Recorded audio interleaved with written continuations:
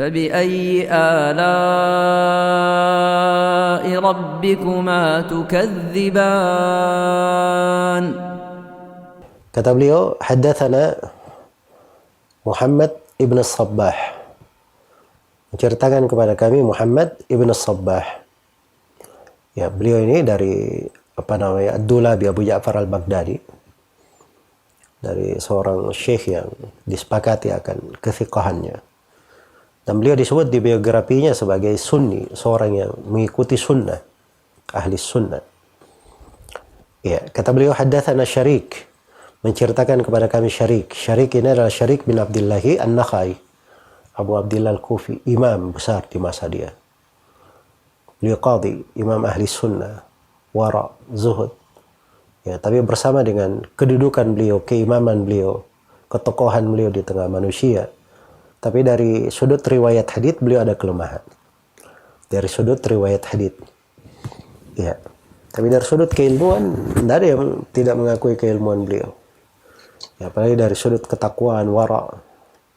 Itu disebutkan bahwa Syarik bin Abdillah An-Nakhai ini, kalau beliau sudah memasuki sebuah kota, gempar orang di kota itu.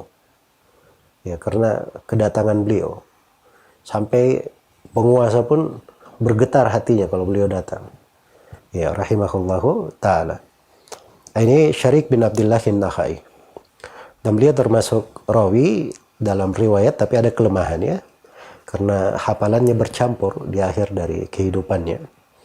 Itulah makanya sebagian ulama itu kalau dia ahli dalam sebuah bidang, dia tidak mau tekuni, dia tidak mau dilibatkan di dalam bekerja, ikut di dalam ambil sebagai qadhi misalnya, sebagai hakim. Ya, pekerjaan-pekerjaan yang mengikat dia sehingga kadang membuat waktunya terbatas. Itu yang dihindari oleh sejumlah ulama ahli hadits. Karena itu kebanyakan ahli hadits di masa dahulu itu, mereka itu menjauh dari pintu-pintu penguasa.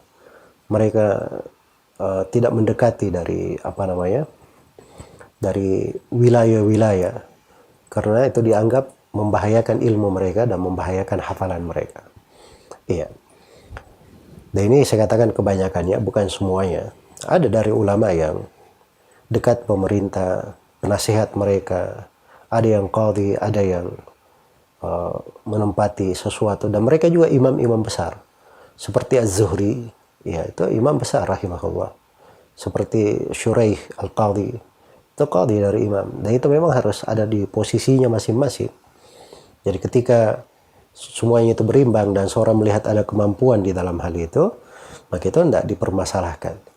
Tapi kalau dihadapkan pada pilihan, ya, dia memilih jabatan misalnya, kedudukan, atau dia memilih konsen di ilmu, itu banyak dari umat terdahulu tidak mau diganggu dalam masalah keilmuan. Sebab ilmu itu adalah keindahan hidup. Seorang di dalam belajar itulah surga dunianya. Malah kalau dilibatkan masuk ke dalam jenis dari jabatan wilayah, itu mereka anggap sebagai fitnah atau hal yang bisa membahayakan. Ya. Dan ini berbeda ya dengan pandangan banyak orang atau banyak manusia di belakangan ini.